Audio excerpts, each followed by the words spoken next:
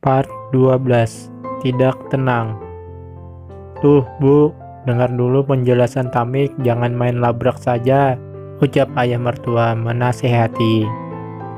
Alah, alasan saja, jawab ibu mertua. Ibu mertua memalingkan mukanya, dia seperti tidak terima jika pernyataannya salah. Lah, terus kenapa suamimu kamu gadaikan ke Santi? Tanya ibu mertua dengan mata melotot. Itu karena Santi minta ganti rugi dan aku tidak punya uang, Bu, ucapku.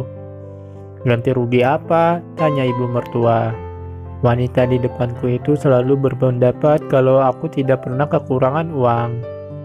Mungkin memang benar aku tidak pernah kekurangan uang, tapi kami juga tidak memiliki tabungan sama sekali. Setiap kali bisa menabung, ada aja keperluannya. Biaya persalinan juga membutuhkan biaya yang tidak sedikit.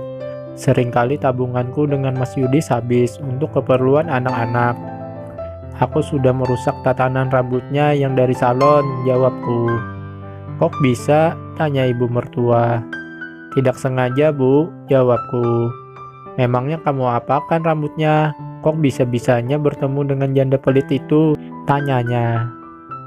Dia hanya lewat di jalan depan rumah dengan mobilnya, Bu.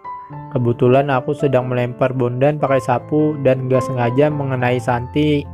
Sapu yang aku lempar ke bondan masuk ke mobil Santi dan mengenai rambutnya, ucapku.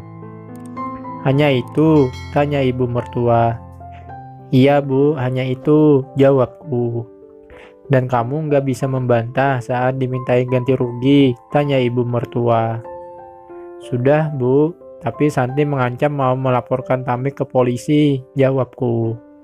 Suara ketukan pintu menghentikan percakapan kami. Seorang perawat bagian gizi mengantarkan makan siang. Makan siangnya Bu, ucap perawat itu dengan lembut. Terima kasih Mbak, jawabku. Setelah perawat itu meletakkan jatah makan siangku, dia pamit keluar dengan sopan. Ibu melirik sekilas menu makan siangku. Kamu mau makan dulu? Tanya ibu mertua dengan agak lembut. Nanti Bu, belum lapar. Anak-anak bagaimana keadaannya? Apa mereka sudah makan? Tanyaku. Mereka aku titipkan ke Bunia, jawab ibu. Arjuna bagaimana Bu? Tidak menangis? Tanyaku. Mana ada tidak menangis, semuanya menangis. Mereka kira kamu minggat, ucap ibu. Astagfirullah, aku beristighfar. Tidak ada yang lebih tenang selain mendengar anakku baik-baik saja. Gak ada yang kasih tahu kalau aku di sini, tanyaku. Ada, jawab ibu. Mereka diam setelah mendengar ibunya sedang dirawat di rumah sakit, kecuali Arjuna. Dia sudah terbiasa kamu gendong, jadi kemana-mana minta digendong, ucap ibu. Lalu siapa yang menggendongnya Bu? Tanyaku. Siapa lagi? Ya Nia lagi, ucap ibu mertua. Tadi Arjuna juga sudah ibu belikan susu formula, ucap ibu. Aku diam saja, membayangkan bagaimana anak-anakku tanpaku. Aku hanya khawatir kalau mereka akan menyusahkan orang lain. Aku saja yang ibu kandungnya kewalahan, apalagi Mbak Nia, tetangga yang sering kali protes karena merasa terganggu dengan ulah mereka. Apa Mas Yudis sudah mendengar kalau aku kecelakaan, Bu? Tanyaku. Tadi kata para tetanggamu, Yudis tadi pagi lewat dengan kencang. Mereka tidak bisa menghentikannya. Sepertinya dia kesiangan, ucap ibu. Memangnya berapa hutangmu kepada Santi? Tanya ibu. 2 juta Bu, jawabku. Cuma 2 juta saja, kamu tega menjadikan Yudis barang jaminan, Mik? Mata ibu membulat sempurna karena kaget. Tatanan rambut berapa sih Bu? 2 juta bukannya sudah kemahalan? Tanyaku. Nah iya, cuma 2 juta saja kok menggadaikan suami, ucap ibu mertua. Dia tampak dongkol, belum terima karena anaknya aku jadikan barang jaminan. Sudah tidak ada jalan keluar lagi Bu. Santi tidak mau aku bayar 3 hari lagi saat Mas Yudis gajian. Dia mintanya sekarang juga. Mau apa lagi daripada anak-anak yang dibawa, jawabku. Kalian kenapa tidak ngomong sama ibu? Tanya ibu. Sebenarnya sore bukannya Mas Yudi sudah ke rumah ibu. Dia bilang akan pinjam uang ke ibu, ucapku. Dia nggak ngomong apa-apa, jawab ibu. Ya jelas tidak ngomong apa-apa. Tiba di rumah langsung kamu marahi, sela ayah mertua. Sudah, nanti biar Santi ibu yang bayar, ucap wanita tua itu. Mendengar ucapan ibu, hatiku langsung merasa lega. Rasanya beban yang menindih tubuhku seketika terangkat. Ibu pulang dulu ya, biar aku urus masalah Yudis, ucap wanita itu. Iya bu, jawabku. Jaga anak-anak juga ya bu, mohonku. Ya, jawab ibu mertua. Sudah, jangan terlalu memikirkan anak-anak, biar kami yang mengurusnya, ucap ayah mertua. Iya pak, terima kasih, jawabku. Mereka berdua kemudian pergi keluar dari kamar. Sepeninggalnya mertua, aku memejamkan mata sebentar, memikirkan kejadian yang kemarin aku alami. Tidak menyangka jika aku berada di fase seperti ini, jauh dari anak-anak dan berbaring dengan nyaman di tempat lain. Nyamankah aku? Tidak, hatiku sama sekali tidak tenang. Dalam hati bertanya-tanya apakah orang-orang akan kewalahan menghadapi anak-anak yang sedang aktif-aktifnya. Ingin rasanya aku menghubungi orang tuaku yang berada di desa. Aku yakin jika Simbok akan bisa mengendalikan anak-anak. Dia seperti memiliki jampi-jampi yang membuat anak kecil selalu patuh padanya, terutama aku sang alumni anak bandel ini. Namun, media apa yang aku gunakan untuk menghubungi mereka? Ponselku hanya satu, tiap hari dibawa oleh Mas Yudis bekerja. Aku hanya menghubungi Simbok 1 kali saja dalam sebulan. Tidak dimakan bu, tanya pemuda yang ada di kursi semenjak tadi. Aku tidak lapar mas, jawabku. Kalau ibu tidak makan, nanti ibu tidak akan cepat sembuh. Kalau ibu tidak sembuh-sembuh, ibu tidak akan bisa segera menemui anak-anak, ucap pemuda itu. Iya mas, aku akan makan, jawabku. Aku beranjak mengambil makanan yang disediakan untukku. Nasi tim, buah, sayur, dan rendang. Aku jadi membayangkan anak-anak sekarang sedang makan apa. Bagaimana mereka makan tanpa ibunya. Juga Mas Yudis, dia tadi sarapan atau tidak. Di tempat kerja, laki-laki itu mengantuk atau tidak. Terkadang aku memikirkan betapa senangnya bisa istirahat sehari tanpa gangguan anak-anak dan suami. Tapi nyatanya jangankan sehari, baru saja aku berpisah dengan mereka setengah hari saja rasanya duniaku seperti runtuh. Pikiranku jauh lebih lelah dibanding aku bisa teriak-teriak tiap hari melihat aktivitas anak-anak yang selalu membuat jantung berpacu kencang. Kamu tidak istirahat, Mas? Tanyaku kepada laki-laki yang bernama Hasan itu. Sebentar lagi, Bu, jawabnya. Istirahat dulu, Mas, cari makan atau pulang. Maaf sudah merepotkanmu, ucapku.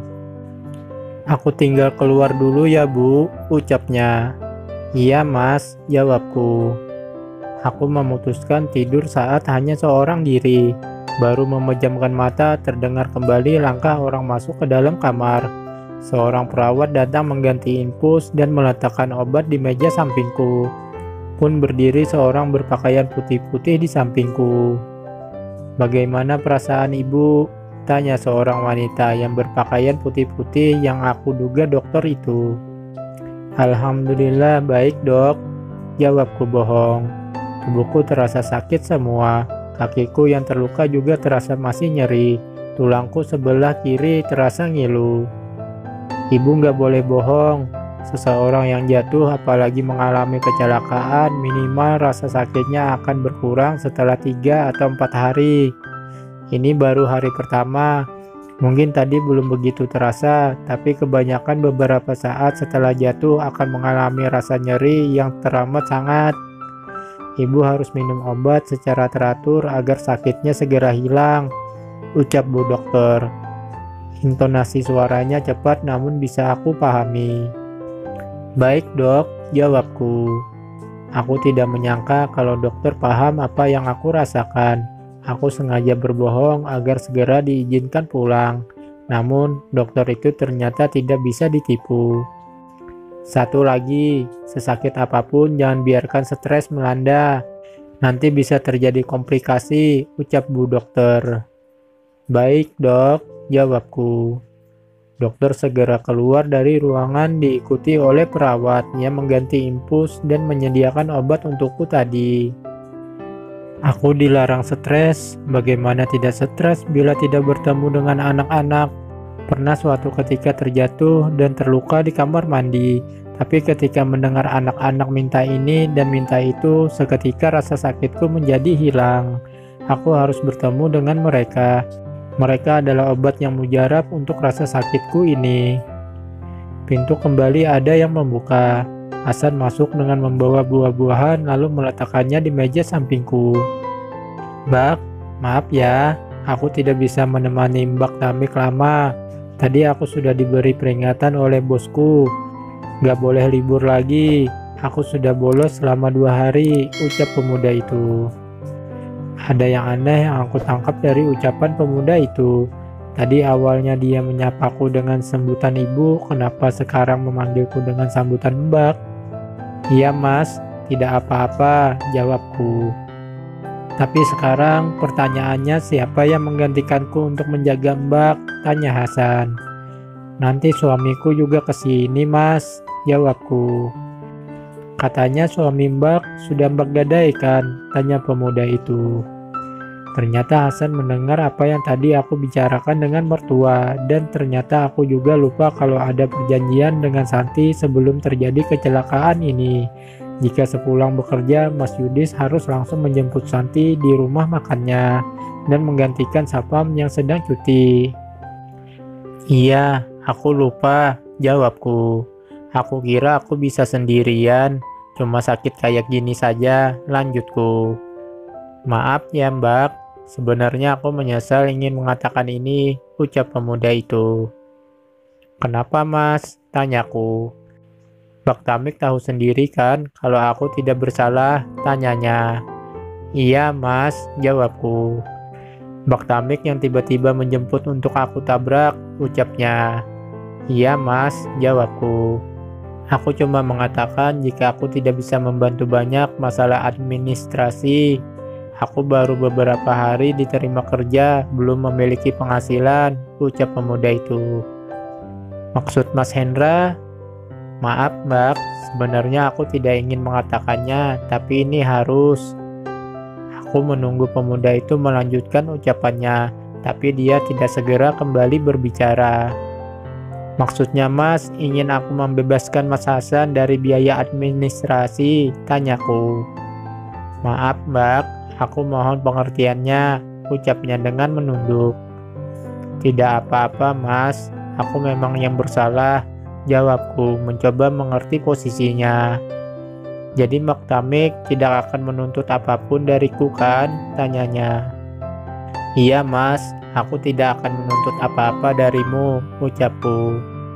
Terima kasih Mbak, terima kasih, ucap Hasan sambil mencium tanganku. Kemudian laki-laki itu pamit pulang. Aku mengantar kepergian Hasan dengan menganggukkan kepala sambil tersenyum yang kupaksakan. Pemuda itu pergi meninggalkanku. Aku terbengong dengan perasaan yang campur aduk. Apakah keputusanku tadi sudah benar atau salah? Bagaimana selanjutnya? Siapa yang bertanggung jawab dengan biaya perawatanku di rumah sakit ini? Bersambung.